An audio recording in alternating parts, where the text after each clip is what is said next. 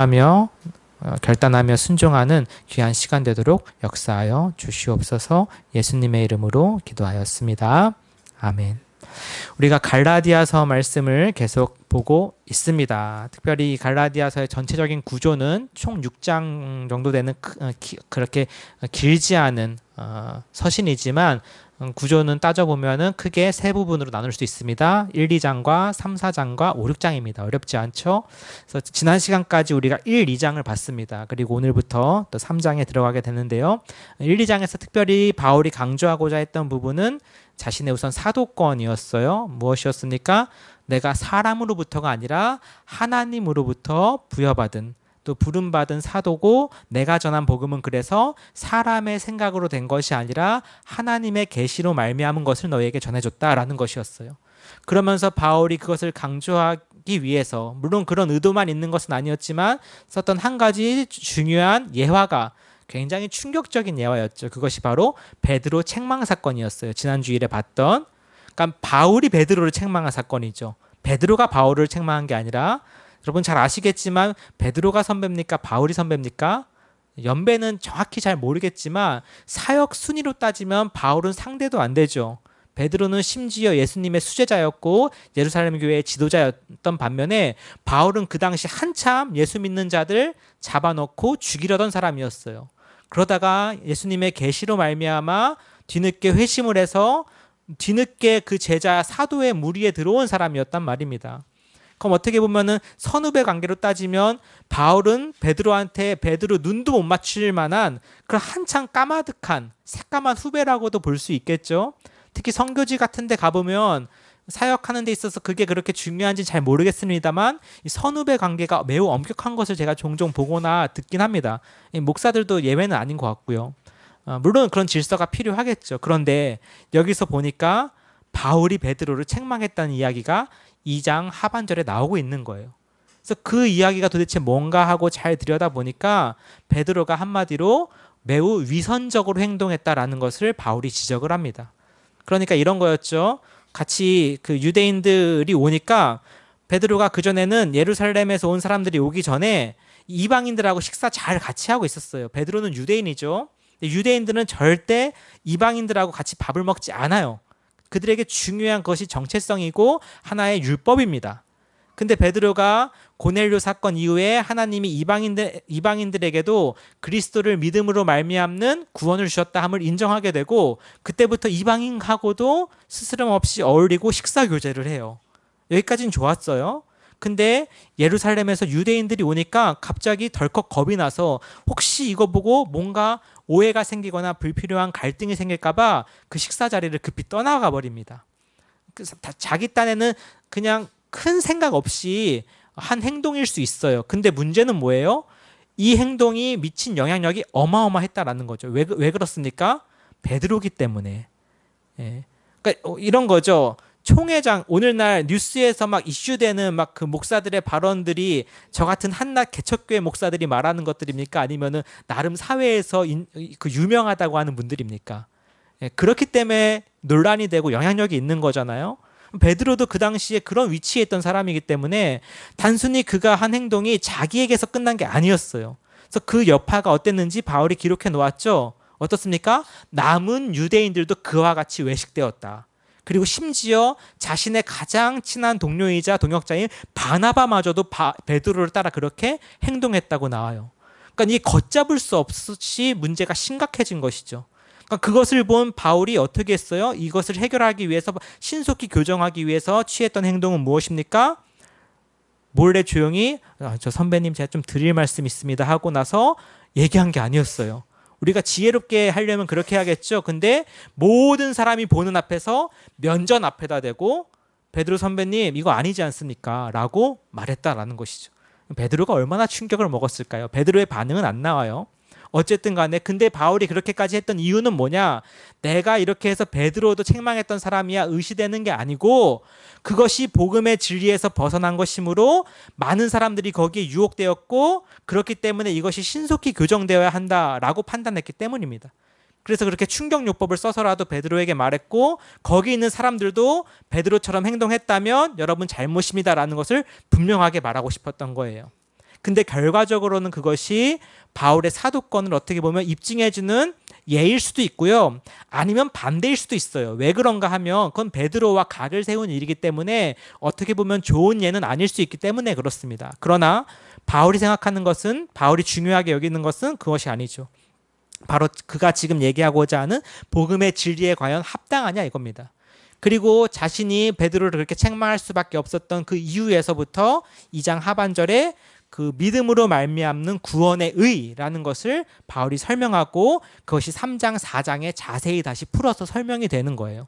그 3장의 시작이 바로 오늘 이것이죠. 그런데 이 3장의 시작부터도 참 예사롭지가 않아요. 뭐라고 시작합니까? 한글 번역도 이렇게 돼 있죠. 어리석도다. 네. 시작부터 또 별로 듣기 좋은 말도 아니에요. 그런데 이제 갈라디아 사람들도 이제 바울이 작정했나 보다 하고 체념하고 받아들일 것도 같아요. 왜 그래요? 원래 애초에 충격은 우리 앞에서 1장 6절에서 받았죠. 1장 6절에서. 이거 제가 전에 한번 말씀드렸지만 1장 6절의 마지막 부분에 보면 내가 이상하게 여기노라 라고 한 이 말이 한글 번역엔 마지막으로 되어 있지만 어순으로는 제일 먼저 나오는 말이라고 했죠. 6장 첫 번째에 타우마조라는 단어라고 했습니다. 근데 이 단어의 위치는 항상 바울이 쓴 서신서에 보면 여기 외에는 다 뭐라고 나와요? 감사합니다, 찬양합니다 라는 단어로 나와요. 그런데 바울이 여기서만 사우마조라고 하는 내가 너희들 굉장히 이상하게 본다, 도무지 이해가 안 된다 이런 식의 단어를 쓰면서 시작했단 말이죠. 그 이유가 앞에서 얘기했듯이 복음의 진리에서 너희가 속히 떠나려고 하는 것 때문에 바울이 이렇게 급한 듯이 얘기했단 말이에요. 3장에서도 동일한 뉘앙스로 처음 시작을 이렇게 말하는 것이죠. 어리석도다. 아노에 따이 호 갈랐다 이런 식으로 이제 헬라어는 돼 있는데요. 호 아노에 또이 갈랐다 이렇게 돼 있는데 두 번이나 반복이 돼요. 어리석다라는 말이. 이런 말 듣고서 좋을 사람은 아무도 없을 겁니다. 예수님도 미련한 자들아 라고 할 때 이 단어 쓰시거든요. 근데 이 사람들한테 왜 이런 말을 하느냐, 그것이 중요한 거죠. 만약에 이런 말을 하는 이유가 타당하면은 그 비판을 받아들인 사람은 어때요? 받아들여야 되는 거예요. 뭐라고 얘기합니까? 예수 그리스도께서 십자가에 못 박히신 것이 너희 눈앞에 밝히 보이거늘 누가 너희를 꾀도냐. 자, 그들에게 하는 첫 번째 비판의 이유는 이것이죠. 예수 그리스도께서 십자가에 못 박히신 것이 너희 앞에 있다. 근데 너희가 지금 그것을 버려두고 지금 속으려느냐라는 뜻이죠. 지금 예수님께서 십자가에 실제 그들 눈앞에 박혀 있는 것은 아니지요. 이미 예수님은 이전에 박히셨고 부활하셨고 승천하셨어요. 근데 왜 이렇게 표현하는 것입니까? 아무래도 이것은 이렇게 해석할 수 있죠. 그들 중에 첫 번째로 예수님의 십자가 사건을 목격한 사람들이 있을 수 있어요. 실제로 이 당시에 충분히 가능한 일이죠. 갈라디아 교회 안에 그럴 정도로 생생하게 예수님의 십자가 사건을 목격한 너희들이 어떻게 그런 가르침에 속아서 넘어가려느냐라는 뜻 한 가지가 있을 수 있고요. 또 한 가지 말 그대로 은유적 표현이죠. 거기 있는 모든 사람들이 다 십자가 사건을 보지는 않았을 겁니다. 그렇죠? 그렇다면 그들이 이 십자가를 봤다고 하는 것은 그들이 십자가 복음을 받아들였었다라는 것을 의미하겠죠. 그럼에도 불구하고 그 복음을, 십자가 복음을 떠나서 그 거짓 복음에 다시 돌아가려느냐 하는 것이겠죠. 나아가 심지어 베드로란 사람도 어떻습니까? 그 십자가 앞에 가장 생생하게 있던 사람이에요. 근데 그것을 버리고 그런 외식에 유혹되려 하느냐까지도 포함할 수 있겠습니다. 자, 그렇다면 바울이 훨씬 도전적으로 2절에 말하죠. 내가 너희에게서 다만 이것을 알려 한다. 너희가 성령을 받은 것이 율법의 행위냐 혹은 듣고 믿음이냐. 오늘 이 설교를 잘 이해하시는 방법은 이 두 가지만 잘 대조하시면 아주 심플하게 이해됩니다. 바울이 이 두 가지를 계속 대조할 거예요. 율법의 행위 또는 듣고 믿음, 이 두 가지입니다. 이 두 가지 중에 대답해 보라 이거예요. 뭐예요? 성령을 받은 과정과 수단이 무엇이었냐라는 것입니다. 그러면서 3절에 다시 한번 답답한지 이렇게 또 말해요. 굳이 이렇게까지 말할 필요가 있었는지 싶겠지만 너희가 이같이 어리석으냐. 강조해요. 앞에 후토스라는 단어가 있어서 어리석다라는 단어를 또 한 번 강조해요. 답답해 미치는 거예요, 지금 바울이. 그래서 성령으로 시작하였다가 이제는 육체로 마치겠느냐. 자, 이것이 바울이 갈라디아 교회를 진단하는 매우 중요한 진술이에요. 그러니까 갈라디아 교회는 그냥 지금 현재 평범하고 무난한 교회가 아니었다라는 것을 우리가 생각할 필요가 있습니다. 그 맥락을 잘 이해해야 돼요. 얼마나 위기에 처해 있는지를 이해하는 것이 이 갈라디아서를 이해하는 키가 됩니다. 근데 바울이 여기서 뭐라고 얘기해요? 그들을 향해서 성령으로 시작하였다가 육체로 마치겠느냐. 만약에 여러분 애초부터 육체로 시작했으면 지금 그래서 육체로 마치려고 하면 아깝지도 않아요. 그리고 그렇게 충격적이지도 않습니다. 애초에 육체였으니까. 근데 잘 생각해 보세요. 정말 노력하고 수고해서 4절처럼 이렇게 많은 괴로움을 받아가면서 성령으로 시작했어요. 복음의 진리를 받아들였고 예수 그리스도를 믿는 새로운 거듭난 삶을 살기 시작했는데 다시 예전에 육체의 그 연약함으로 육체의 어리석음으로 돌아가려 한다면 그것을 위해 해산의 수고를 감당한 사도 바울은 얼마나 그 애가 타겠습니까? 부모의 심정으로 생각해 보세요. 내가 낳은 자녀가 잘 자라다가 갑자기 비뚤게 나가는 상황이라고 보시면 되겠습니다. 속이 타는 거죠. 가슴이 답답한 겁니다. 그러니까 계속 타오마죠. 아노이 또이 어리석냐 이 멍청이들아 이런 얘기들이 나오는 거예요. 그만큼 바울이 지금 급박한 겁니다. 그래서 바울이 다시 한번 묻습니다. 앞에 2절에서 물었던 질문을 5절에서 이렇게 바꿔서 얘기하죠. 5절 한번 같이 읽어볼까요? 시작. 너희에게 성령을 주시고 너희 가운데서 능력을 행하시는 이의 일이 율법의 행위에서냐 혹은 듣고 믿음에서냐. 또 강조하죠. 비교되죠. 율법의 행위냐 듣고 믿음이냐. 근데 뭐가요? 성령을 주시고 너희 가운데서 능력을 행하시는 이의 일. 다시 말하자면 너희가 성령을 받고 능력을 행할 수 있게 된 것이 어떤 과정을 통해서였냐? 듣고 믿어서였냐? 너네가 율법을 열심히 행해서였냐라는 거예요. 우리는 너무 답을 잘 알지만 그들은 지금 거기서 헷갈리고 있고 잘못된 답을 취하고 있다라는 겁니다. 그러면서 바울이 한 가지 예를 들어요. 6절에서부터 9절까지인데 바로 유대인의 조상, 믿음의 조상 아브라함입니다. 아브라함을 여기서 언급하는 이유는 매우 중요하죠. 그리고 간단해요. 왜냐하면 유대인에게 있어 가장 유대인다움을 보여주는 상징이 바로 아브라함이기 때문에 그렇죠. 근데 그런 아브라함조차 율법의 행위로 의롭다함을 받았는지 믿음으로 의롭다함을 받았는지 논증이 되면 유대인들도 어느 정도 설득이 되겠죠. 한번 보겠습니다. 6절 아브라함이 하나님을 믿음에 그것을 그에게 의로 정하셨다 함과 같으니라. 이것은 굉장히 유명한 구절이죠. 창세기 15장 6절에도 나와 있지만 하나님께서 아브라함에게 나타나셔서 갈라디아서엔 기록되어 있지 않지만 심지어 그가 할례를 받기 전에 있었던 일이에요. 그에게 나타나셔서 하나님이 아브라함에 약속하시고 그 약속을 아브라함이 믿어요. 그러니까 바랄 수 없는 중에 바라고 믿을 수 없는 중에 믿었다라고 나옵니다. 다른 야고보서 같은 곳에는요. 그러니까 하나님이 그것을 어때요? 그의 의로 여기셨다 그래요. 여기서 그의 의라고 하는 건 하나님의 의가 아니라 아브라함의 의로 보는 게 좀 더 맞을 것 같습니다. 그러니까 믿음이 있는 자에 대해서 그 믿음을 그의 의로움으로 여겨주시는 것이 이미 그들의 조상 아브라함에게서부터 심지어 할례라는 가장 중요한 그들의 율법의 행위가 있기 전부터 의가 믿음으로 말미암았다라는 거예요. 그러니까 7절에 나온 것처럼 그런즉 믿음으로 말미암은 자들도 아브라함의 자손이다라는 거죠. 이런 논증이에요. 이해되시나요? 또 나아가서 8절에도 이렇게 논증이 됩니다. 6절에서부터 7절이 나오고 8절에서부터 9절이 나와요. 구조가. 8절에서는 어떻습니까? 아브라함으로 말미암은 이방인의 의도 나옵니다. 즉 또 하나님이 이방을 믿음으로 말미암아 의로 정하실 것을 성경이 미리 알았대요. 그러니까 이방인도 아브라함의 의에 예외가 아니었다라는 거예요. 그래서 먼저 아브라함에게 복음을 전하여 이르되 모든 이방인이 모든 유대인이 모든 이스라엘이 아니에요. 모든 이방인이 너로 말미암아 복을 받으리라고 기록되어 있어요. 이미. 따라서 9절 그러므로 믿음으로 말미암은 자는 믿음이 있는 아브라함과 함께 어때요? 복을 받아요. 그러니까 여기에는 유대인이나 이방인이나 차이가 중요하지 않죠. 믿음이 중요한 거예요. 믿음이 있느냐, 믿음으로 행하느냐 하는 것을 가지고 아브라함의 자손이 되고 아브라함과 복을 받아요. 그러니까 여기에는 율법이 끼어들 여지가 있어요? 없어요? 없어요. 그리고 율법과는 관계도 없어요. 그러니까 바울이 가장 강력한 논증의 증거인 아브라함을 들어서 미리 한번 말하는 거예요. 그러면서 다시 앞에 했었던 그 논증으로 또 돌아가는 겁니다. 자, 10절 보십시오. 자, 이제 아브라함 얘기를 하고 나서 다시 한번 바울이 이 논증을 계속 이어서 가는데, 무릇 율법 행위에 속한 자들은 저주 아래에 있나니라고 얘기해요.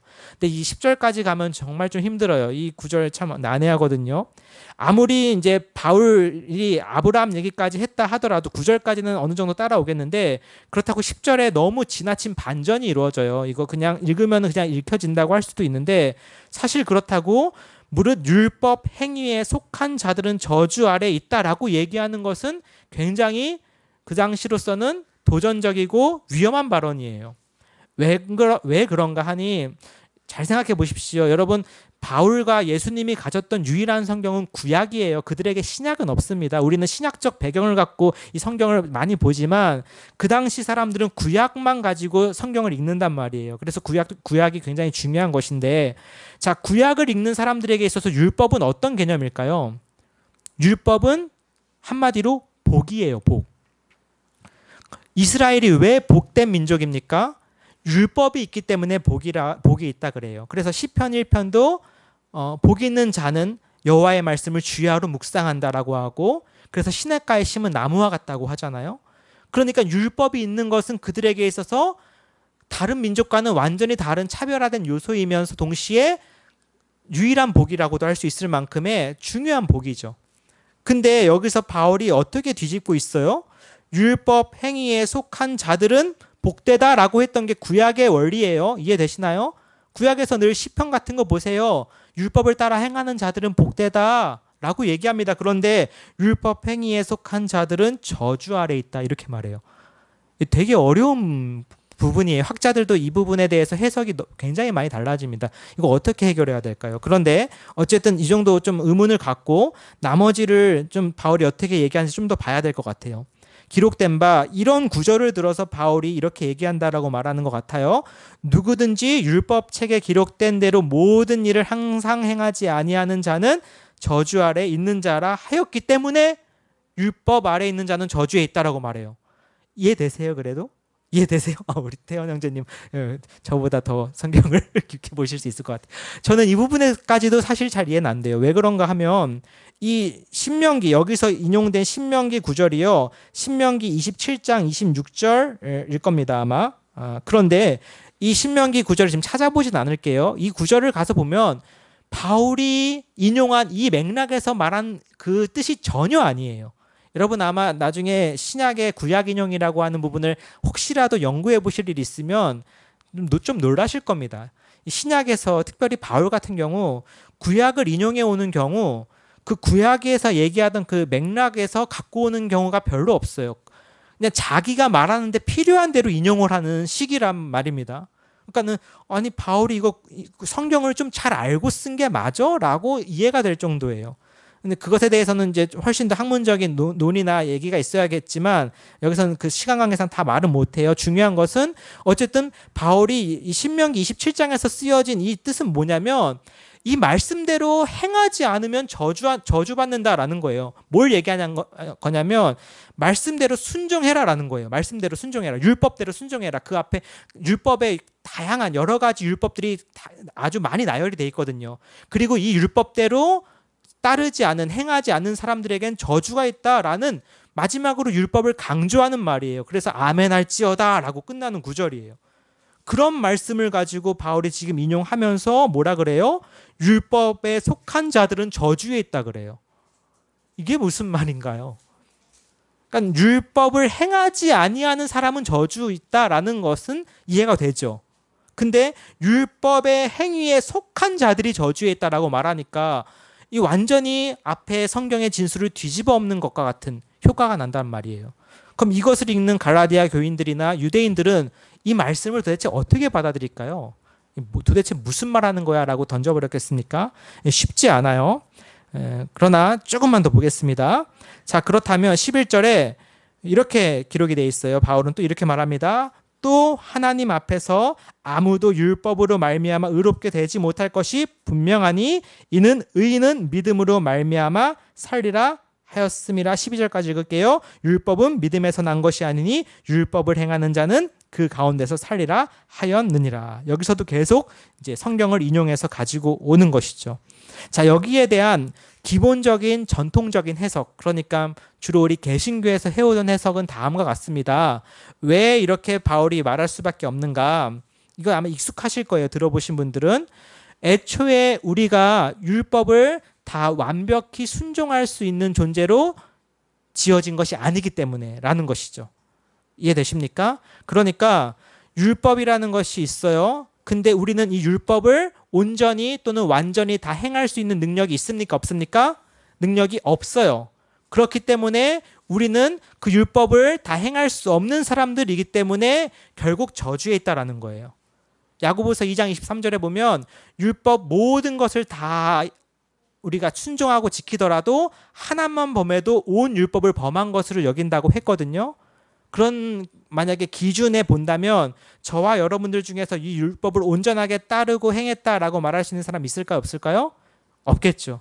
율법이 한두 가지가 아니고 이것을 완벽하게 다 지킨다는 것은 불가능해요. 우리는 적어도 그렇게 보고 배워왔어요. 그런데 문제는 말입니다.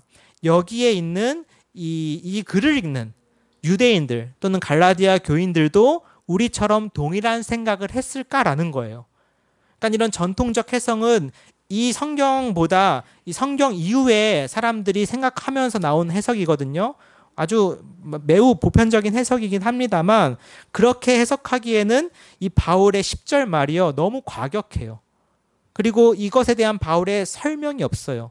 그러니까 다시 말하자면 아주 중요한 전제인 우리는 율법을 다 지킬 수 없는 존재입니다. 어차피 라는 그 숨겨진 해석을 바울이 여기서 보여주지 않았어요.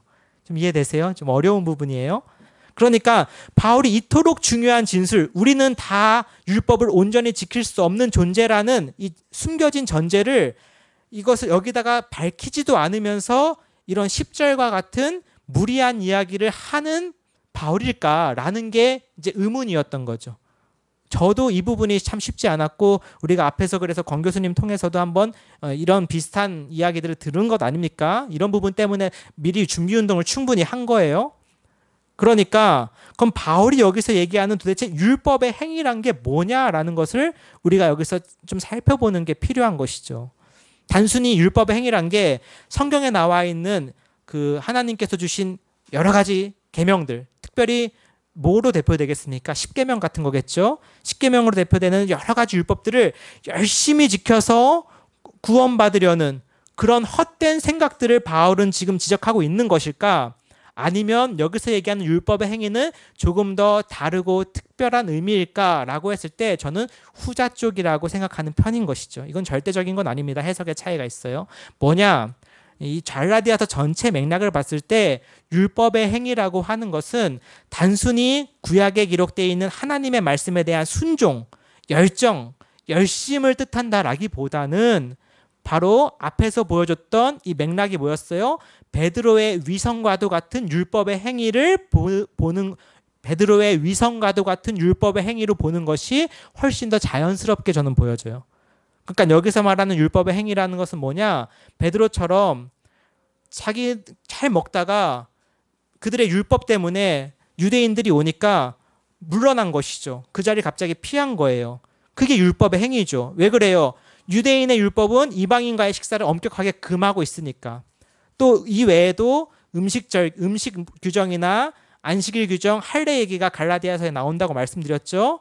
그러니까 이런 유대인으로서의 율법의 행위, 유대인으로서의 정체성을 지키는 하나의 표지, 할례 받고 음식 규정 지키고 절기 지키는 것, 이런 율법의 행위를 통해서 하나님 앞에 인정받고 유대인으로서 나서려고 했던 자들에 대해서 바울은 율법의 행위라는 표현을 쓴다라고 이해하면은 이 구절이 훨씬 더 매끄럽게 이해되어지는 것을 여러분 볼 수 있어요. 그러니까 이런 것입니다. 잠깐 앞으로 다시 돌아가서요. 보십시오. 5절에서도 마찬가지고 2절에서도 마찬가지고 3장 2절 5절 너희가 성령을 받은 것이 율법의 행위로냐라고 할 때 여기서도 마찬가지죠. 너네 그런 것들이 너네 할례 받고 음식 가려 먹고 절기 지켜서였어? 5절도 마찬가지죠. 이러한 능력을 받은 것이 그런 외적인 것, 껍데기, 그런 너희들의 어떤 보여주기식으로 인한 것이니 아니면 정말 그 말씀을 듣고 믿고 받아들여서이니? 라고 말한다고 말이죠. 그러니까 우리가 갈라디아서를 그동안 전통적으로 어떻게 봐왔냐면 행위냐 믿음이냐라고 하는 이 두 가지의 이분법적으로 봐온 경향이 있어요. 그래서 행위가 아니고 믿음이다. 그래서 믿음만 있으면 우리가 구원받는다라고 강조되는 측면이 있습니다. 이것이 완전히 틀렸다고 볼 수 없지만 그것은 부분적으로만 맞는 일이고, 나아가 더 큰 문제는 그것이 갖고 온 영향력에 있어요. 무엇인가 하니 믿음만을 하도 강조하다 보니까 행위가 약해져서 순종이 없어진 오늘날의 한국교회라는 거죠. 이런 오늘날에, 그렇기 때문에 갈라디아서가 다시 주목받는 거예요. 그래서 갈라디아서는 행위는 갖다 버리고 믿음만 있으면 돼라는 걸 강조하는 게 아니라, 거기서 얘기하는 율법의 행위라는 것, 갖다 버리라고 하는 율법의 행위는 우리의 열심과 순종을 갖다 버리라는 것이 아니라 뭐예요? 너희들이 그동안 가져왔던 껍데기, 보여주기식, 이거 있으면 뭔가 남들과는 달라 보일 거라는 착각을 갖다 버리라는 거예요. 그게 갈라디아서가 보여주는 오늘날 한국교회에 대한 현실인 것이죠. 저는 참 놀라워요. 이거 보면서 오늘 우리 한국교회랑 너무 닮아 있어요. 제가 정치적인 어떤 입장을 갖고 있는 것은 아닙니다만, 어떤 교회나 교단 입장에서는 무조건 막아야 되는 세 가지가 있다고 말합니다. 저도 이거 반대해요. 근데 지나치게 이것만 강조하는 데가 있어요. 예를 들어 이런 겁니다. 동성애, 이슬람, 차별금지법. 이거는 목숨 걸고 막아야 되는 것이라고 얘기하는 이제 유명하신 분들이 계시죠. 저도 기본적으로 반대합니다. 근데 이것만을 지나치게 강조해. 다른 건 다 별로 그렇게 중요해 보이지 않아요. 그러니까 옛날에 유대인들이 할례, 음식, 절기, 이것만큼은 지켜야 돼라고 말했던 거랑 너무 비슷해요. 이거 세 개 지키면 어떻게 보여지는지 아십니까? 그런 교회에서는 믿음 좋고 신앙생활 잘하고 구원받은 사람처럼 보이는 것이죠. 그걸로 구원받는 것이 아니라는 것입니다. 그것을 오늘 갈라디아서가 보여주고 있어요. 그럼 바울은 뭘 말해주고 싶은 거예요? 율법은 능력이 없다라는 것을 보여주는 거예요. 율법은 필요 없어, 갖다 버려라는 게 아니라, 율법은 믿음과는 관계없이 우리에게 능력을 주지 못한다라는 것을 말하고 싶은 것입니다. 한번 13절, 14절 마지막 절인데요. 같이 볼게요. 13절, 14절입니다. 같이 읽어볼게요. 시작. 그리스도께서 우리를 위하여 저주를 받은 바 되사 달린 자마다 저주 아래 하였습니다. 이는 그리스도 예수 안에서 아브라함의 복이 이방인에게 미치게 하고 또 우리로 하여금 믿음으로 말미암아 성령의 약속을 받게 하려 함이라. 아멘. 자, 이 3장이 어떻게, 이 3장 1절에서 14절이 어떻게 정리되는가 보시면, 1절에서 우선 그리스도의 십자가 얘기가 나왔어요. 그리고 중간에 아브라함 이야기 꺼냈었죠. 그리고 이제 마지막 13절, 14절에서 그리스도와 아브라함을 다시 언급하면서 마무리를 짓고 있어요. 완벽한 논증이에요. 제가 봤을 때는. 그러니까 어떻게 얘기하느냐. 자, 그러면 우리가 듣고 믿은 것이 뭐예요? 그리스도께서 우리를 위하여 저주를 받은 바 되사 율법의 저주에서 우리를 속량하신 거예요. 그게 우리가 믿고 받아들인 바로 복음이었죠. 그리고 그 예수님의 저주는 뭐예요? 율법대로 예수님이 저주를 받으신 거예요. 오히려 우리가 그 믿고 의지했던 그 율법의 저주를 예수님이 대신 받으셔서 그분이 우리의 복음이 되어주신 것이죠. 다시 말하자면 율법의 완성이 복음입니다. 예수님은 율법을 폐기하러 온 것이 아니셨어요. 분명히 말씀하셨죠. 내가 율법을 완성하려 왔다. 예수님이 율법의 마침표가 되셨단 말이에요. 그리고 그 율법의 완성되신 예수님이 복음으로 우리에게 전달되었을 때 우리가 그것을 듣고 믿음으로 어떻게 됐다? 성령을 받았다라는 것이죠. 이게 중요한 것입니다.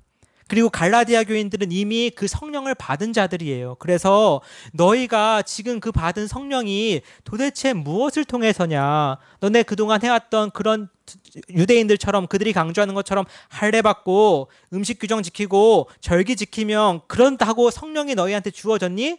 앞으로 그렇게 한다고 성령이 너희한테 주어질까? 그것이 아니었죠. 오직 복음의 진리 가운데 듣고 믿음으로 성령을 너네가 받았잖아. 그럼 도대체 뭐가 중요한 거야? 행위 자체를 바울이 부정한다라기보다는 지금에는 율법의 무능력함, 율법으로는 어떠한 것도 우리가 이룰 수 없음을 너희들이 확실하게 보았고 경험했으며 이제 그 성령을 받았다라는 것이죠.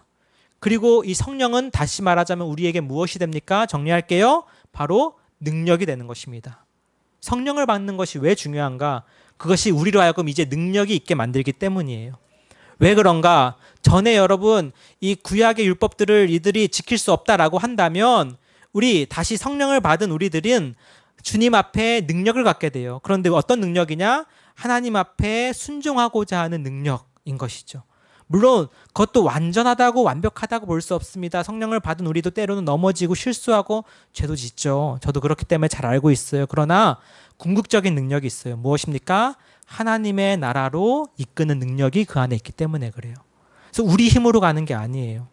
그래서 믿음이 중요한 것입니다. 여러분, 사랑하는 우리 은혜나눔의 성도 여러분, 믿음이 중요한 이유는 그냥 믿습니다 한다고 천국 가는 것이 아니라 믿음이 바로 그 능력의 성령을 우리 삶 가운데 끌어들이기 때문에 그래요.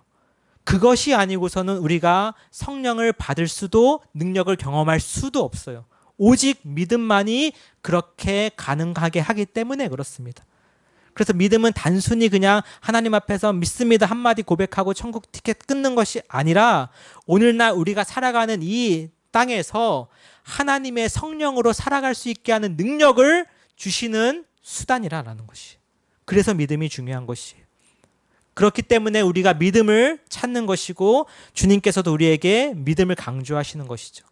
그래서 그 믿음은 결국 우리에게 능력을 주신다는 건 뭐예요? 하나님 앞에 순종하게 하는 능력을 주신다는 거기 때문에 이 믿음과 행위는 결코 분리할 수 없는 거죠.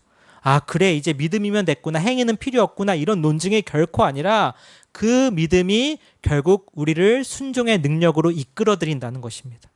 그리고 그렇기 때문에 나중에 갈라디아서 이 3, 4장의 긴 논증 후에 5, 6장에는 뭐가 나와요? 하나님 앞에 합당한 삶을 바울이 계속 얘기해요. 거기서 또한 성령의 열매가 나오고요. 이것이 자연스럽잖아요. 그래서 우리가 갈라디아서의 이 논증을 이렇게 전체적인 큰 그림을 보는 가운데 이렇게 이끌어가는 것이 중요합니다. 마치겠습니다. 사랑하는 우리 성도 여러분, 우리가 지금 주님의 자녀가 된 것, 그리고 성령의 귀한 은혜 가운데 있는 것은 다름 아닌 듣고 믿음에서부터입니다.